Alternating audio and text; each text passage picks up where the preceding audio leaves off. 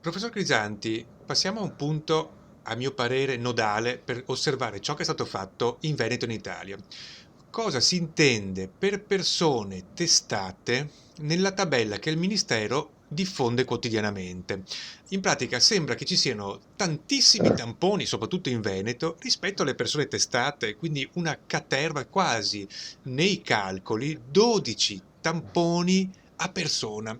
Cioè, è un po' paradossale perché poi Guardi, in genere, allora dunque, qui bisogna capire che una volta che la persona è risultata positiva, entra in un percorso di certo, osservazione e quindi farai monitoraggio. 3-4, non 12. Osservazione e monitoraggio, chiaramente, beh, oddio, perché molto spesso poi la persona, guardi, ci sono tantissime persone che hanno delle positività prolungate, anche Addirittura. di mesi, e queste persone fanno in genere un tampone ogni 4-5 giorni. Poi tenga presente che c'è una ripetizione gigantesca di tamponi all'interno dell'ospedale, persone che Gli vengono testate più antigenici, chiamiamoli volte. rapidi o quelli Bisogna vedere molecolari se, in ospedale? guardi, Tutte e due. tutte e due in Tutte e questo due. momento.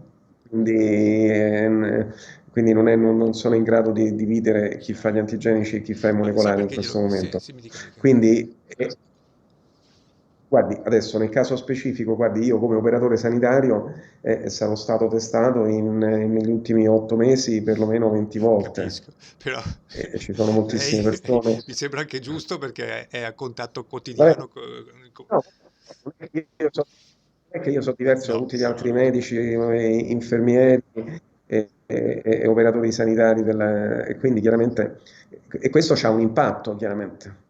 Quindi molte persone vengono testate Quindi è diverse corretto volte, questo numero, o diciamo. per ragioni di sorveglianza, sì, o perché magari sono infette e quindi, guardi, in genere una persona infetta, supponiamo che la persona viene positiva Sì. proprio all'inizio, quando si infetta, e poi lei consideri in genere la malattia dura circa 14 giorni, in questo periodo farà perlomeno un altro due, e poi inizia tutta una serie di test per verificare che questa persona si è Sì. negativizzata, e non sempre si negativizza in pochi giorni. Guardi, tra chi l'ascolta sono sicuro che se c'è qualcuno che si è preso il Covid sicuramente sarà in grado di confermare che magari è rimasto positivo per tanti giorni e ha Sì, fatto sì, tanti sì. test. No, chiarissimo.